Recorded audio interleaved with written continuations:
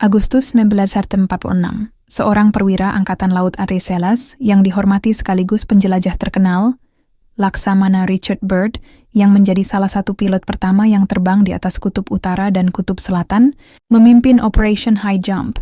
Ini adalah ekspedisi terbesar yang pernah dilakukan ke Antartika, dengan 13 kapal, 23 pesawat, dan lebih dari 4.700 personel militer.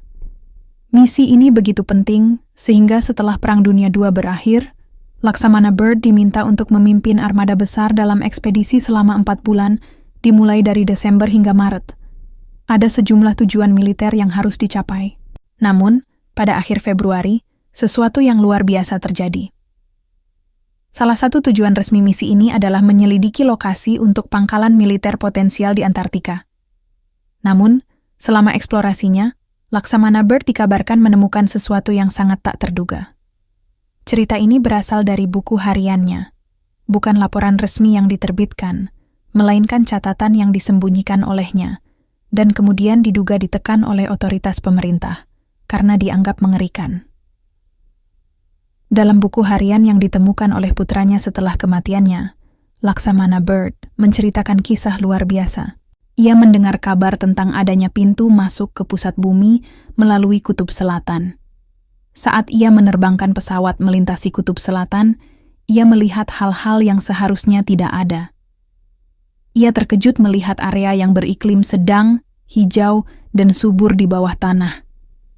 Ia juga menceritakan bahwa ia melihat sebuah kota pelangi yang berkilauan, terbuat dari kristal. Pesawatnya tiba-tiba kehilangan kendali, dikelilingi oleh objek berbentuk cakram terbang, dan dipandu hingga mendarat. Ia kemudian dibawa ke sebuah area besar di dalam gua dan bertemu dengan makhluk yang ia sebut sebagai master dalam buku hariannya. Makhluk tersebut mengatakan bahwa mereka sangat kecewa dengan apa yang dilakukan manusia dengan senjata nuklir, terutama setelah kehancuran Hiroshima dan Nagasaki. Mereka merasa khawatir dengan keadaan di permukaan bumi dan berharap agar umat manusia segera berhenti merusak planet ini. Bagi para peneliti UFO, kisah dalam buku harian Laksamana Byrd ini sangat signifikan, mengingat era modern UFO dimulai tak lama setelah Perang Dunia II dan penggunaan bom atom pertama. Selain itu, banyak laporan penampakan UFO muncul di sekitar silo misil nuklir. Cerita Laksamana Byrd ini sejalan dengan berbagai kesaksian lain tentang makhluk malaikat atau ekstraterestrial yang sangat peduli dengan penggunaan senjata nuklir oleh manusia. Beberapa petugas Angkatan Udara Allied bahkan melaporkan bahwa silo misil mereka dan senjata nuklirnya sempat dinonaktifkan oleh makhluk yang diduga ekstraterestrial.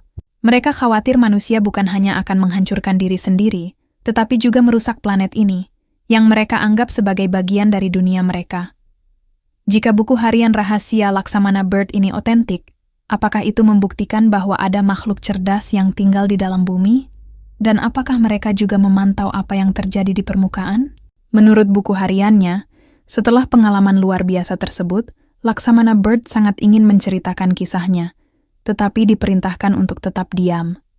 Ia dikurung di sebuah fasilitas pemerintah dan diberitahu bahwa semua yang ia alami adalah informasi rahasia. Bisakah kisah Laksamana Byrd ini mengungkap hubungan mendalam antara tradisi kuno tentang makhluk aneh yang tinggal di dalam bumi dan fenomena UFO modern? Para ahli teori astronaut kuno menjawab ya dan percaya bahwa kita mungkin semakin mendekati momen di mana kita akan bertemu langsung dengan makhluk dari dalam bumi.